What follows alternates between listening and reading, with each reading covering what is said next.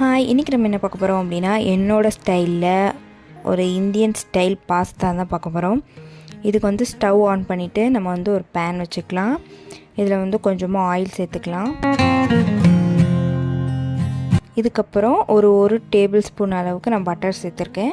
நீங்கள் ஃபுல்லாகவே பட்டர் போட்டு செய்யலாம். இந்த மாதிரி ஆயில் கொஞ்சம் பட்டர் கொஞ்சம்னு செய்யலாம். இப்போ பட்டர் நல்லா மெல்ட் ஆயிடுச்சு. இது கூட நம்ம வந்து குட்டி குட்டியாக வெட்டி வச்சுருக்க பூண்டு சேர்த்துக்கலாம். இதை நல்லா வதக்கி விட்டுக்கலாம். பூண்டு நல்லா வதங்கிருச்சு. இது கூட நம்ம வந்து குட்டி குட்டியாக நறுக்கி வச்ச வெங்காயம் சேர்த்துக்கலாம். இதையும் நல்லா வதக்கிக்கலாம். வெங்காயம் நல்லா வதங்கிருச்சு. இப்போ நம்ம குட்டி குட்டியாக கட் பண்ணி வச்சுருக்க தக்காளி இது கூட சேர்த்துக்கலாம். இந்த ஸ்டேஜில் உங்களுக்கு தக்காளி சீக்கிரமாக வதங்கணும் அப்படின்னா கொஞ்சமாக ஒரு பிஞ்ச் அளவுக்கு உப்பு சேர்த்துக்கிட்டிங்க அப்படின்னா சீக்கிரமாக வதங்கிடும். இப்போ தக்காளியும் நல்லா வதக்கி விட்டுக்கலாம். தக்காளி நல்லா வதங்கிருச்சு. இது கூட கொஞ்சம் மஞ்சத்தூள், மிளகாய்த்தூள், இது வந்து காஷ்மீரி சில்லி பவுடர், அதுக்கப்புறம் வந்து சிக்கன் மசாலா, கொஞ்சமாக கரம் மசாலா, உப்பு, இதெல்லாம் வந்து எனக்கு எவ்வளோ தேவையோ அந்த அளவுக்கு நான் போட்டிருக்கேன். உங்களுக்கு எவ்வளோ காரம் வேணுமோ அதுக்கேற்ற மாதிரி போட்டுக்கோங்க. இப்போ நான் செய்கிறது வந்து எக் பாஸ்தா, ஸோ அதனால் நான் எக் சேர்த்துருக்கேன். இதிலே உங்களுக்கு வந்து வெஜிடபிள்ஸ் வேணும் அப்படின்னா இந்த டைமில் நீங்கள் வெஜிடபிள்ஸும் சேர்த்துக்கலாம்.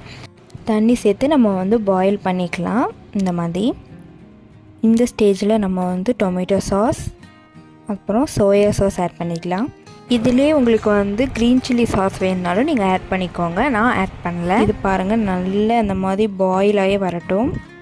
இப்போ நம்ம வேக வச்சு எடுத்துருக்க பாஸ்தா சேர்த்துக்கலாம். ஸோ பாஸ்தா வந்து எப்படி வேக வச்சேன் அப்படின்னா நல்லா வந்து தண்ணி கொதித்ததுக்கப்புறம் நம்ம வந்து பாஸ்தாவை ஆட் பண்ணிவிட்டு ஒரு டேபிள் ஸ்பூன் அளவுக்கு நம்ம ஆயில் சேர்த்துட்டோம் அப்படின்னா பாஸ்தா ஒட்டாமல் சூப்பராக வரும். நீங்களும் வந்து பாஸ்தா வேக வைக்கும்போது இந்த மாதிரி ட்ரை பண்ணுங்கள். உங்களுக்கு எவ்வளோ வேணுமோ அதுக்கேற்ற மாதிரி நீங்கள் சேர்த்துக்கோங்க. நான் வந்து 2 சீஸ் ஸ்லைஸ் சேர்த்துருக்கேன். ரொம்ப சீஸ் ஃப்ளேவர் எனக்கு பிடிக்காது அப்படிங்கிறவங்க நீங்கள் வந்து 1 கூட சேர்த்துக்கலாம். இப்போ இதை வந்து நல்லா மிக்ஸ் பண்ணி விட்டுக்கலாம். இது நல்லா மெல்ட் ஆகும். இப்போ சீஸ் நல்லா மெல்ட் ஆயிடுச்சு. இதுக்கப்புறம் நம்ம வந்து குட்டி குட்டியாக நறுக்கி வச்சுருக்க கொத்தமல்லி சேர்த்துக்கலாம்.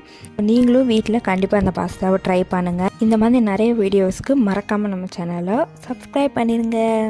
டாடா, பாய்.